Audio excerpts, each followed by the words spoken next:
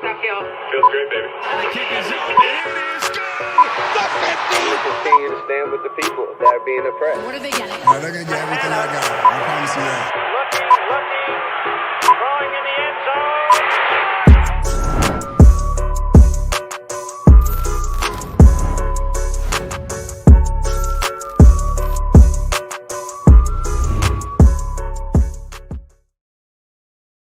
What's up, faithful, and welcome to another episode of the 49365 podcast, where we just did about a 30-minute recording before I realized that we weren't actually recording.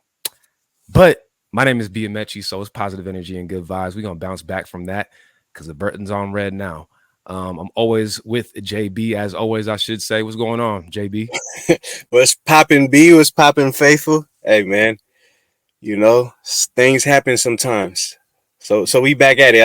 I like I said, we was talking about current news. You know, that we was talking about tight ends getting cut, Delaney Walker, you know, type of stuff that really ain't gonna matter. So it's all good. We just cut out the fluff. Yeah, a lot of the fluff, get that out the way. Hope everybody enjoyed the Memorial Day weekend. We doing this podcast Tuesday night. I'm putting it out Wednesday morning.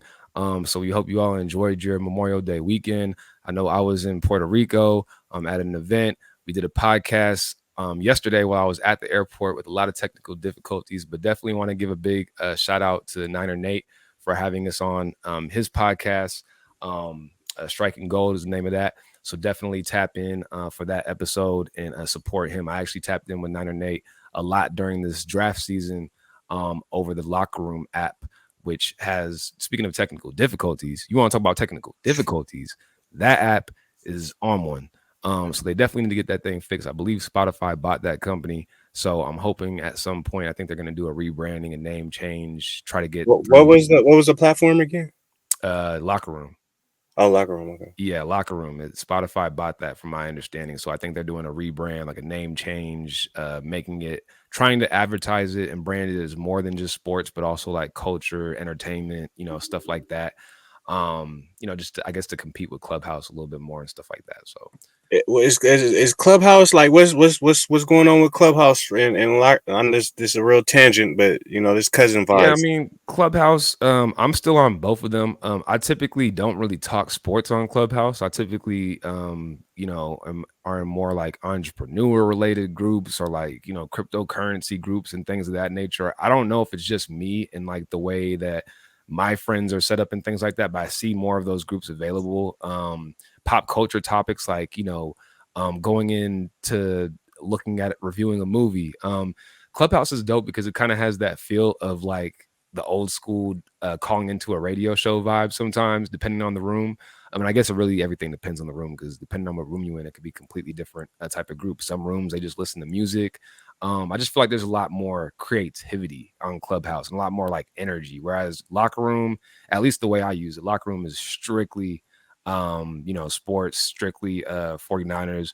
And you know, more relevant to this podcast because obviously it's all Niners all day. So I'm still on both, but they're both losing the steam that they had in the beginning. But I still really, really enjoy both apps. They're definitely That's really what I was like wondering because like I remember when you first told me about it, it was like, you know, it was popping. Like I remember Mark Zuckerberg was getting on there, like Elon Musk was getting on there. They was like crashing rooms.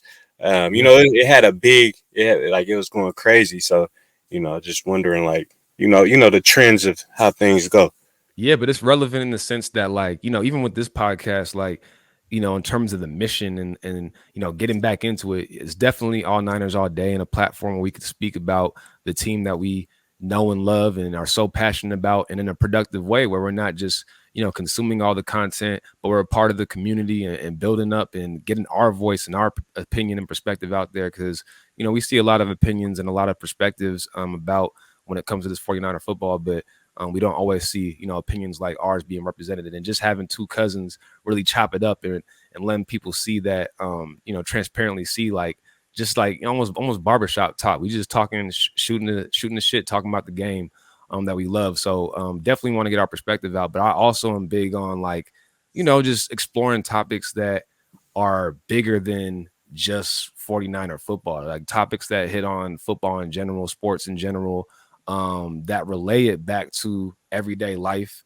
the way we get through things, our world and things like that. So kind of making a segue from talking about Clubhouse, where there's all these different, types of aspects about the culture on it, to another topic on sports that I want to touch on before we get straight into this Niner football and really the topic we wanted to get on for this podcast, which is the whole Naomi Osaka situation. And I don't have the full transcripts in front of me, the full kind of context of the situation, but I know it's been a pretty big topic on the mainstream sports media, which I haven't been fully tapped into the past, week as I've been traveling and whatnot. But for context, for those who maybe aren't, who have no idea what this is about. So Naomi Osaka, she is probably, top 2, top 3, probably in most accounts, the top tennis player, female tennis player right now in the world.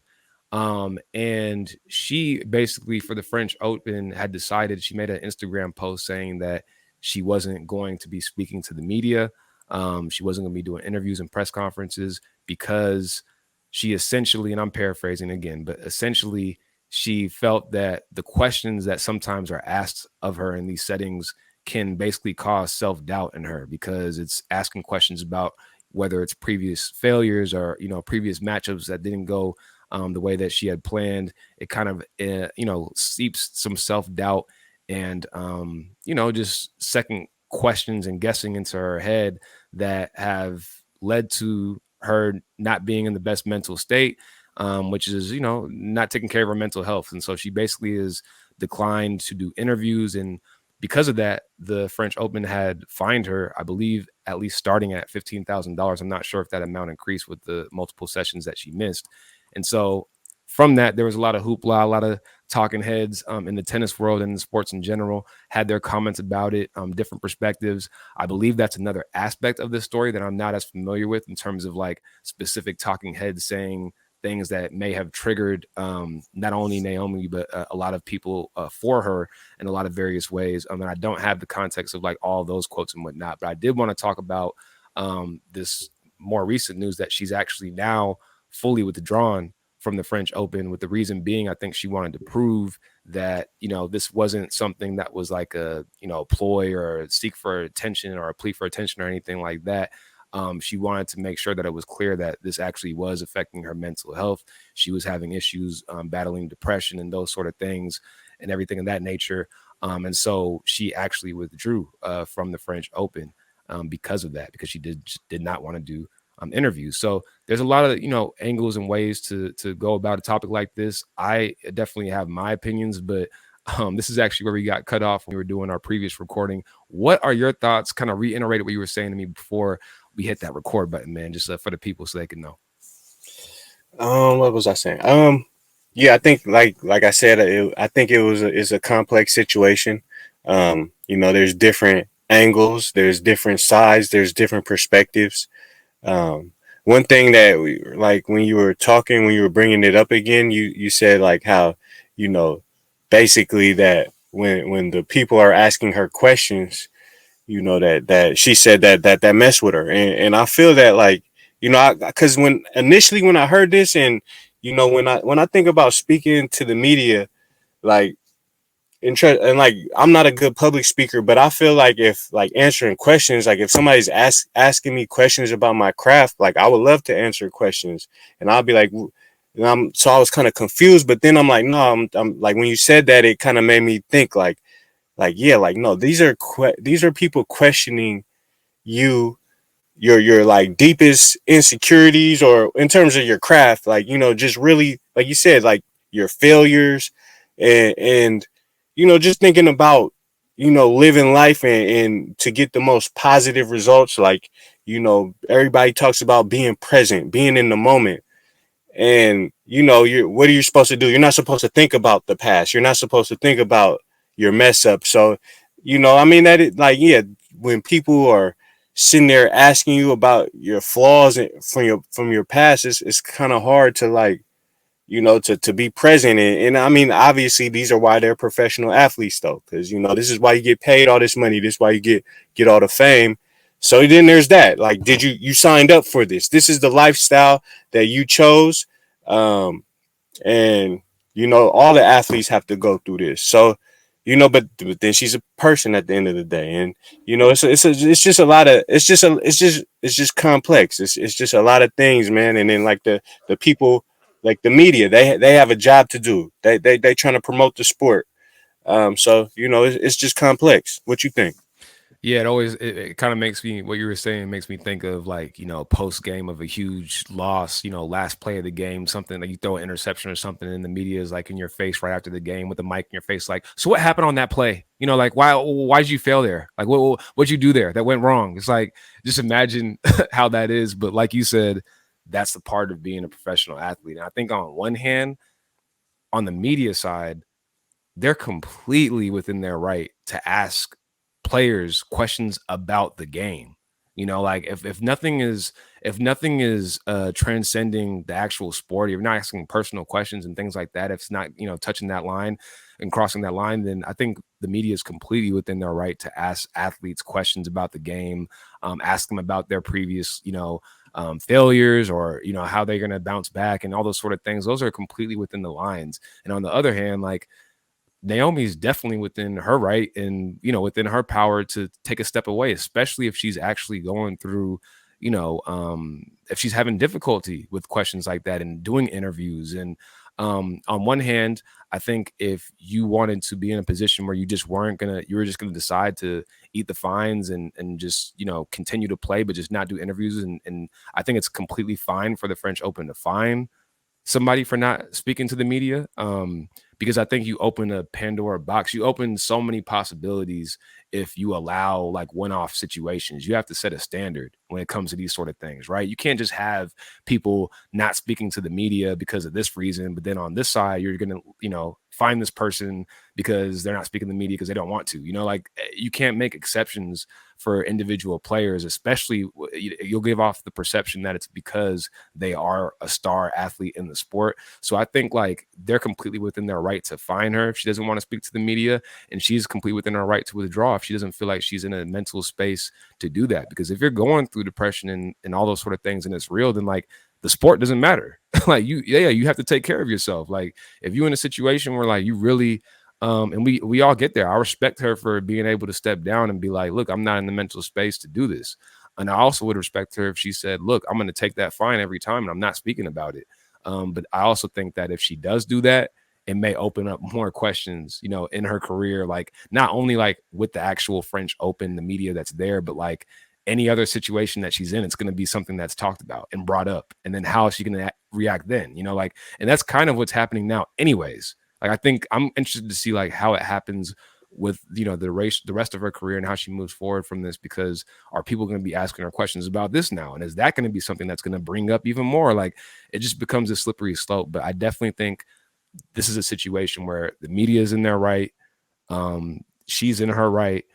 Now, all the other gray area in terms of like the talking heads who may have said like, triggering comments about her, not wanting to speak or thinking that this was like some sort of like, trick that she was playing. I don't want to say trick, but like some sort of mechanism where she just didn't want to talk to the media and, doing all that. I haven't seen those comments, so I can't really speak on them. That would be a different aspect, but I'm just talking about the media actually asking legitimate sports questions. They're completely within their route.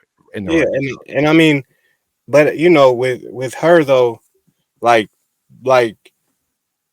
it's like if when we were talking about when we were talking on the one that got deleted, like I seen a clip of her in 2018 just talking about like in the press conference talking about like, yeah, I'm depressed right now, and I like literally like in tears, like, yeah, I'm just not happy, like I'm just not happy. So I just feel like, yeah, like it's not, I don't think this whole thing from my little perspective is not just based off of the media. I feel like, when you get to that breaking point in terms of like, I mean, it's just, you have the media, you have this, it's probably a lot of turmoil, controversy associated with you, and you got to compete. Like you got to compete like this, like competition, like that's a toll. Like that's like,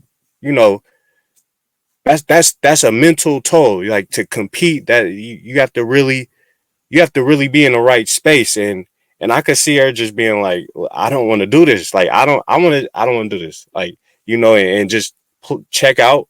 And, most athletes, we expect them not to do that because, they're like you said, she's like top 2 in the world. So she has to be mentally tough, right?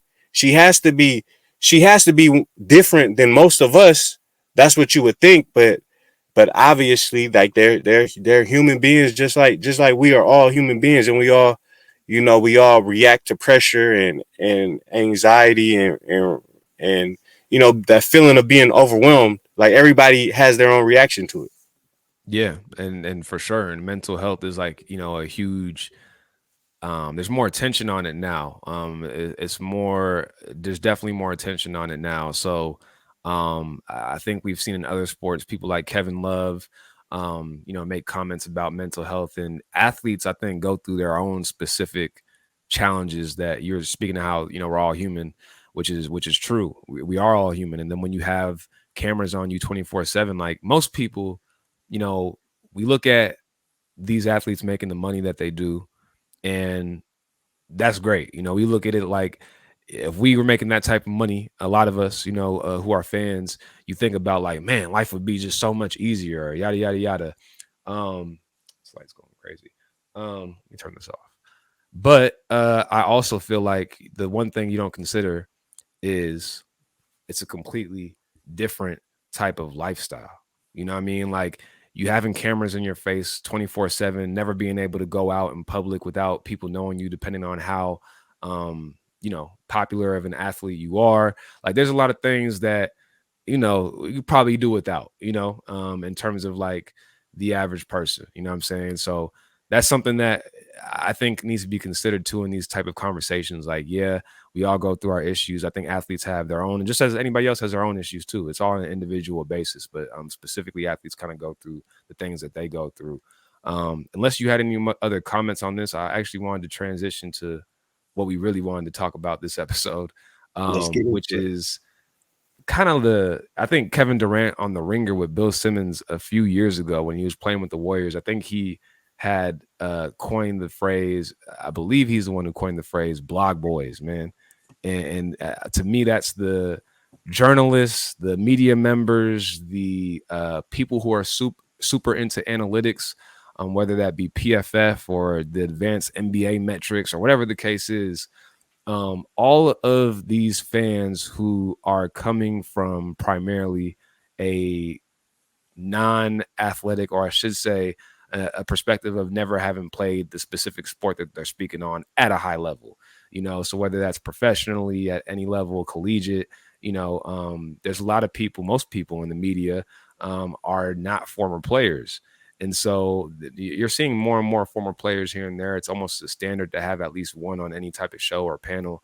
But you still have a lot of prevalent people in the media and journalism that have opinions on, the team that they're covering, that they never played the sport, such as myself. I've never played football. I never played at the high school level, at the collegiate level. Well, obviously, if I didn't play at the high school level, I didn't play at the collegiate level, and definitely at the professional level. So, but it's my favorite sport. And I actually remember when I was in high school, or going into high school, I remember I wanted so badly to go to the high school that you went to, Bishop O'Dowd, in order to play football, because the high school that I ended up going to doesn't have a football team. It didn't have a football team. And so, I love football so much, but I never had the opportunity to play because of the decision that my parents made for me. And, but despite that, I've always followed the game, always loved the game, always been enamored with the game. And, there's aspects of the games now with things like PFF and all these advanced analytics where you can see things from a different perspective. You see how the game is moving in terms of, the running back position isn't valued as much anymore. Like how do you build your team? Like you have all these super analytical, smart people in sports that have these, this money ball culture of like having new ways to do things because they're looking at things from the outside looking in, like you see a lot of that, but there's a divide between people who are former players a lot of the time. And in terms of the respect level on what you can kind of say, how you can really break it down, the extent to which you understand and can break it down, and transitioning to getting your thoughts on this as a former D1 football player yourself, like just what are your thoughts on this whole topic of like the ability to break down and comment on the game if you've just watched it on the sideline or if you've actually played it. Man, this is the real topic, man. Like, it's a real topic because it's like, honestly, with me, my perspective has definitely, I've been able to look at the perspective and really analyze my perspective on this. Like, and what I mean to say is that, like, I feel like before, years ago, like like just because I played the game and I played, and then I went to Cal and I played, and like first of all, mind you though, I have a little bit of insecurity within me because when I went to Cal, I didn't even play though.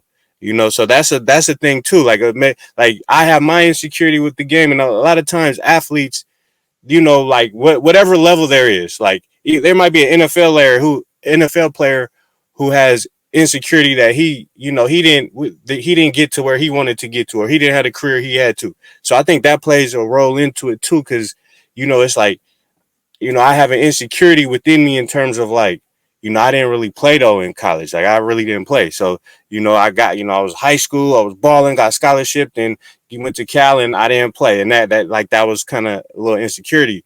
But so with that being said, I feel like when it comes to like talking about football, you kind of feel like you feel like you done had a badge of honor. Like no, I really had to live this. I really had to, so you feel like you have that sense of like, I've done it, like I went through, I blood, sweat, and tears. Literally, I did blood, sweat, and tears.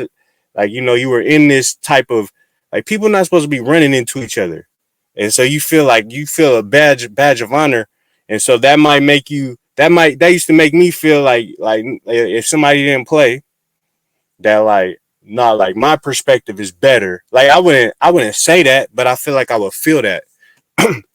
But with that being said, this whole draft process made things clear as day when like you were the whole time saying you never played football.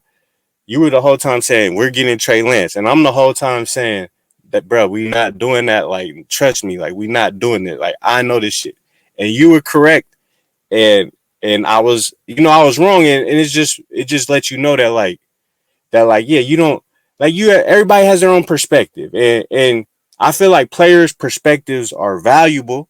Like I definitely feel like it's a valuable perspective, but players are wrong all the time. Ex-players are wrong all the time. Bill Belichick is even wrong.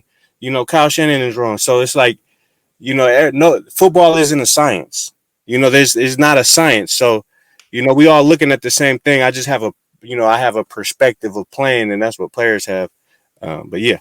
What's interesting is like when you look at like most like whether it's all-star awards or like all pro, a lot of those things sometimes when you look at like what the players actually pick, like sometimes they'll do like back end surveys or like get feedback from players in terms of like who they would have picked for certain awards and things like that. I don't know if they're still doing it, but I remember the NBA had their players only award show for a while, like after the season, that wasn't about the all NBA team, it wasn't about the all-star team, it was just kind of players voting on who they really thought were the top guys, and like they had the award for like the best player.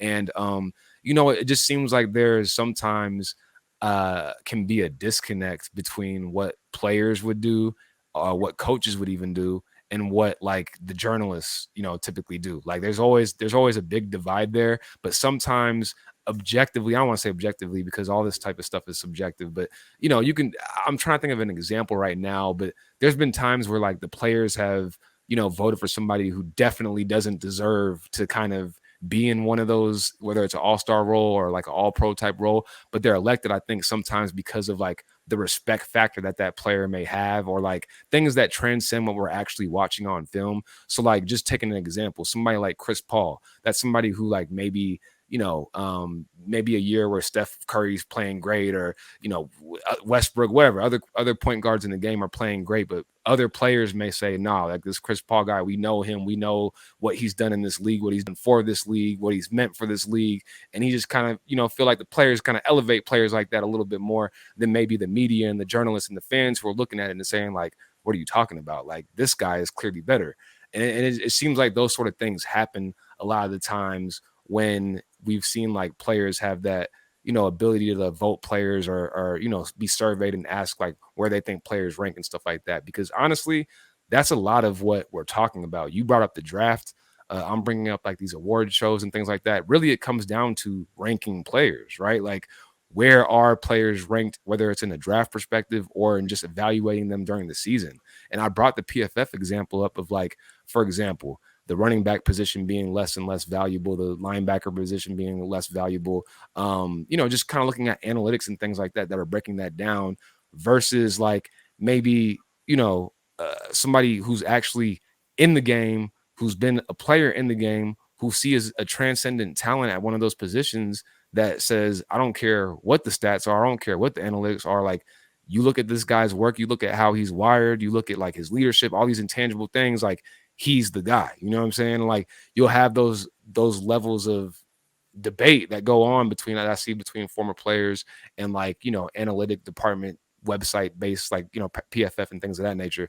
So to me, that's always interesting to kind of like see how sometimes former players kind of put their nose down on that. But then again, you look at PFF, they have some former players on their staff. There's guys who are getting more involved into those sort of things. So I think it's like a evolution of, and it's always balanced, right? You can't fully rely on like analytics and stats and all those sort of things, but you can't fully rely on just like the eye test and like, oh, this guy has that it factor. It's always got to be just more data points that give you more opinions. And at the end of the day, like you said about Belichick and Shanahan and other people, when it comes to evaluating, people and players and whatnot, it is a little bit of a crapshoot, especially in the draft. When you actually get to the league and you perform, that's a little bit of a different story. But at least with the draft, it is a little bit of a crapshoot. So, I mean, bro, at the end of the day, like football is a game.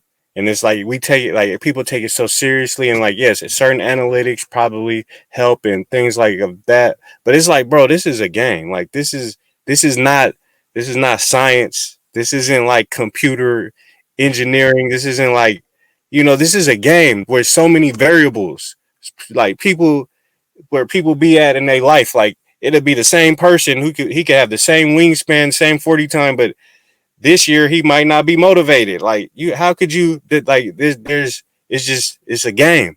Football is a game, so it's not a science. So that's why it's so hard to, predict and to really like I said, even Bill Belichick, he's like a horrible drafter.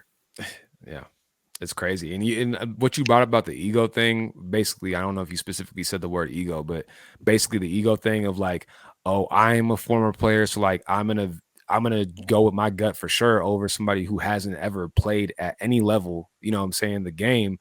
I think that's an interesting point, because even people who haven't played the game like myself, you feel like maybe back in like 10, 20, 30 years ago, it's going to be specifically related to the draft. It's going to be hard to evaluate guys because you don't have like, a scout's going to have way more information. They're going to be actually at the games. They can see the Jackson State, East, West, Tech, Louisiana, Lafayette school. Like, you can see those guys that you can't otherwise see. But this day and age, like you can just go on YouTube. You pretty much have like at least highlights and at least like game film on damn near like so many players that you can see that are eligible for the draft. And even in the league, you have so many ways to have access to film and things like that. So you feel like as a fan or as a person who's never played the game, but you've seen the game and you love the game and you watch the game and you think about football so much, you think about your team so much, you can look at like the film, you're looking at yourself and you saying like, man, like I can see this guy versus this guy. And I can see that to me, like this guy's clearly better. It becomes like, there's a little bit of ego that gets involved in it there, even as somebody who hasn't played, because it's like, even though I haven't played, I still have knowledge of the game, or I still, can evaluate this and evaluate that because I'm watching it so intently. So it's just funny how like that aspect plays a role. And I was going to actually ask you about that whole ego side. Do you feel like as a former player, or maybe even like it seems like you've kind of grown on your thought on this a little bit, but maybe even talk about if it's changed at all. But as a former player, like, is there different tiers of former players? Meaning that like you mentioned you played D1, but you didn't get the opportunity to play as much. If somebody really, balled out in D1 or, went to the league, If somebody's was like a fringe type player who got bounced around a lot versus somebody who's, been in the league 10 years, Pro Bowl type player, like do all those things kind of play a factor, you feel like, in terms of like somebody's respect for evaluation? Because I will give the caveat that there are plenty of former players who have said incredibly stupid things. And I mean, it's a crapshoot at the end of the day, but there are, on both sides, you're always going to see people who have said ridiculous, outlandish things. So I'm just curious what your thoughts are on that, like the tiers of players. I mean, for me, for sure, like if somebody, like if Tom Brady is talking about quarterbacking, I'm gonna listen to his opinion and I'm gonna value his opinion over JT O'Sullivan. No offense, but it's just, that's just like I don't know, that's just naturally, because I'm like, this guy, how my logic is like, this guy has done it, like he's a master of what he's done, and there's tiers of it. And so like you said, I didn't really play at Cal. My Sid Thompson, he was our best DB. Like, yeah, I ain't gonna lie, like if we was in the DB room and we was talking football and film, like I used to look at his opinion, like I'd be like, I'm listening to what he's saying. Like, I don't know, I just would, like, I do feel like, for me personally, like if it's Tom Brady down the totem pole, like their voice would carry more weight. But here's the thing though. But let's say J2 O'Sullivan, for example, he might really be studying way more like prospects than Tom Brady is. But if they both looked at it the same way, if Tom Brady was really putting effort into studying QBs, then I would naturally go with. Well, what about Kurt Warner? We can bring up Kurt Warner then in this example, because I feel like, specifically as it relates to this draft, Kurt Warner and Chris Sims, they're both former players, and they both didn't have a Trey Lance or Justin Fields high in their rankings. I believe for both of them they were 4 and 5 respectively. So that's an example too, where it's like, how do you kind of balance out that? And I was going to say too, about what you just said, when you're looking at like former players, like I was saying earlier, there is so many ways that there's variability in terms of, like different people can have different thoughts, right? And like a lot of times the argument could be made that you brought up Tom Brady, the arguable GOAT. Look at the GOAT of basketball, Michael Jordan. He drafted Kwame Brown, a guy who's very hot in the news right now, but he drafted Kwame Brown, and people would question that decision.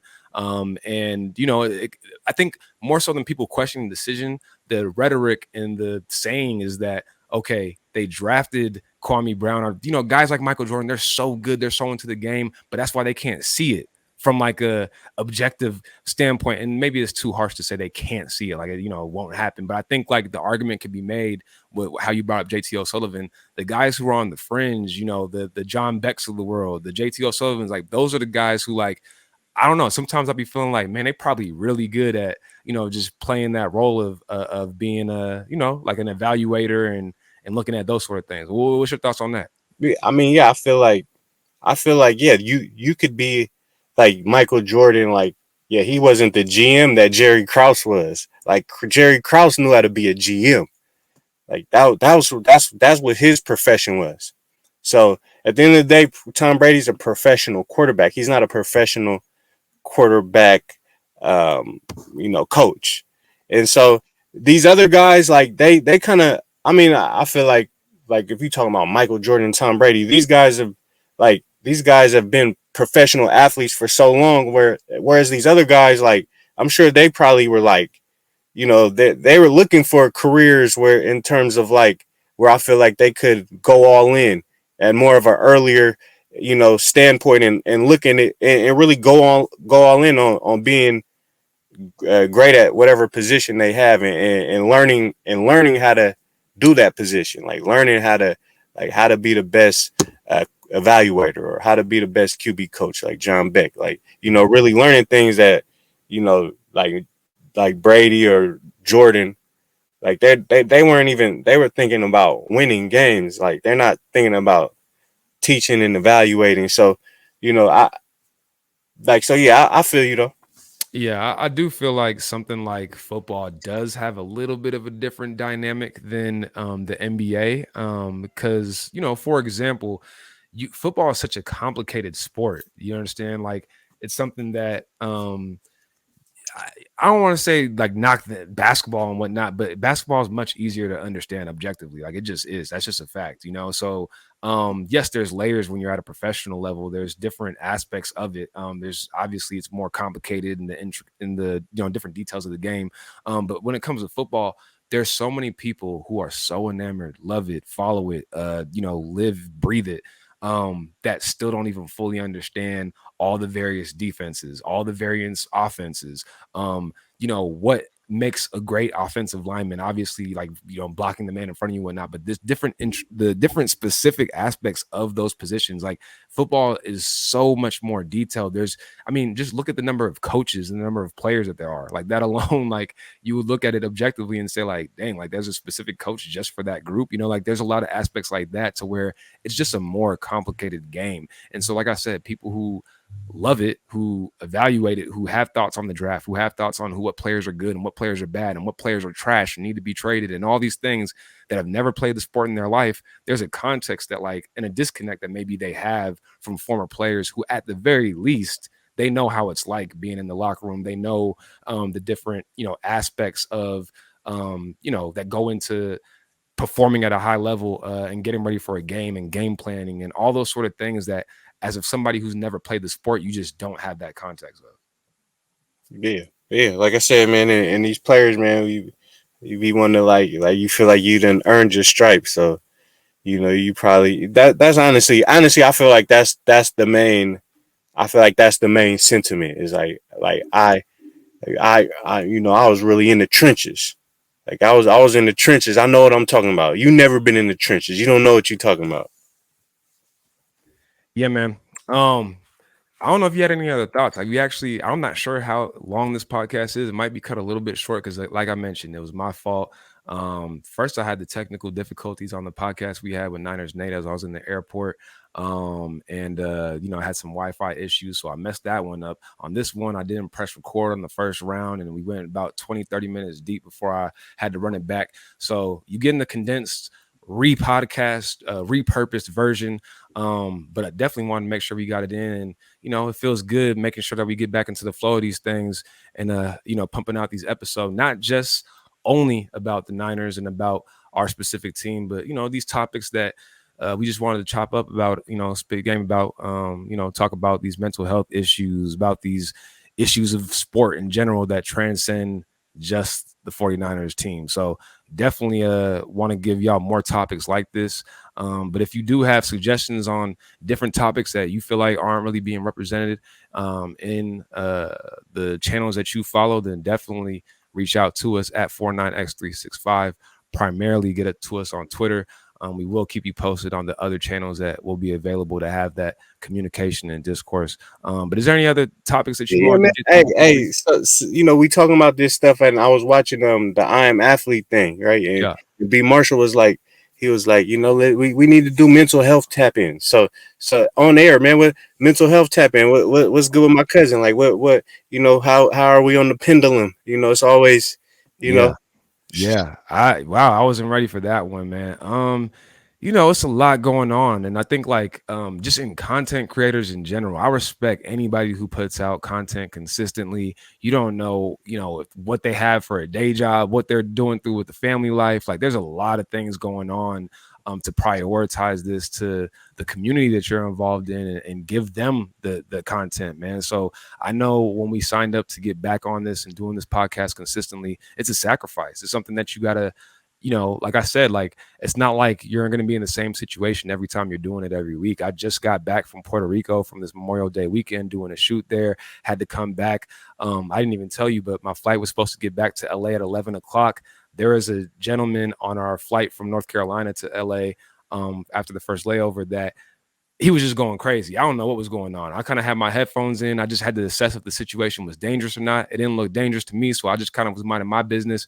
But he was like, he went back to the bathroom area on the airplane, was going bad on I think it was on his lady, or I don't know what was happening. Some drama. It was the first time I've ever been on a plane where the air marshals got involved. They came back there. They were trying to like calm everything down. The plane did an emergency landing in Denver to get the guy off the plane. We had to wait there for another 2 hours. I didn't get home in LA till about 2:30, 3 o'clock. I stayed up editing because I wanted to finish some of the content that I had done in Puerto Rico till about 7:30 a.m. Took a 2-hour nap, did my accounting job in the morning, like never doing the podcast now. My little cousin Tajiana, she's over here right now. I got to take her to the bus right now. Like, it's just like so many things happening at the same time. And what I would say about that, man, is like the best thing I did today was meditate.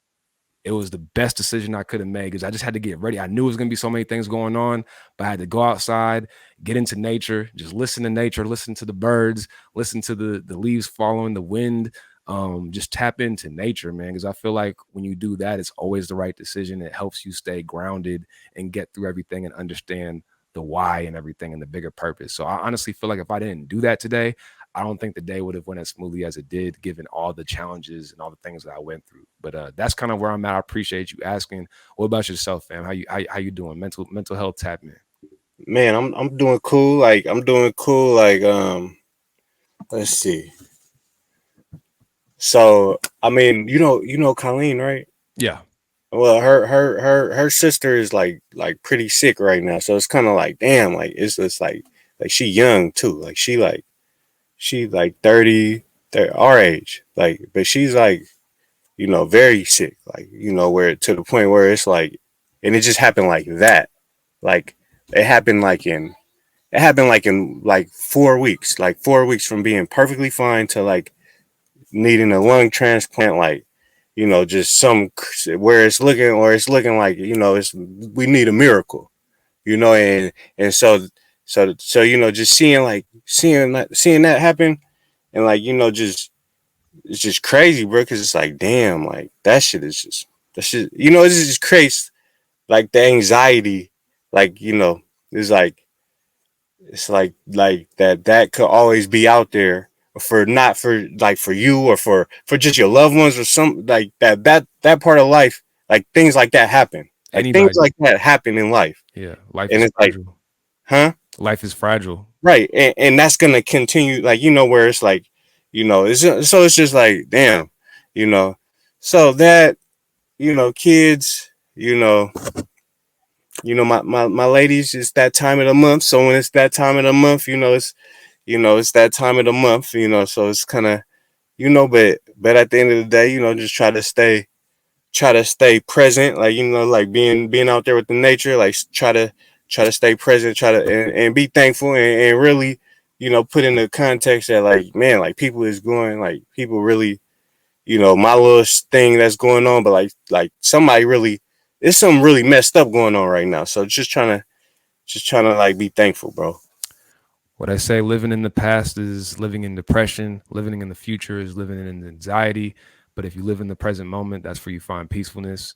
And we all have to embrace the power of this specific moment because there's no, you can't not be happy when you're in the present moment and just really appreciating what you're doing in that specific moment and don't make things bigger than they are. But definitely, I appreciate you, offering that platform for us to check in on that front, especially as men, especially as Black men, especially as people who are tapped into sports. There's all these different stigmas on all these different layers in terms of being open about certain topics and things like this. And I mean, man, from these first episodes we've done, you've been super open, just like I'm really appreciative, and it makes me look forward to like doing these episodes more, not just for the football, but just for like, at the end of the day, this is therapy. These are therapy sessions when we talk about this team and whatnot, you know what I mean? Because we really put so much energy and thought into it, and when there's all these other things going on too. So it is therapy and therapeutic. So I appreciate you providing that platform. And Faithful, man, you gotta talk to us, man. You gotta tap in. Like, we all family here, you know what I'm saying? We really are family. But we all family.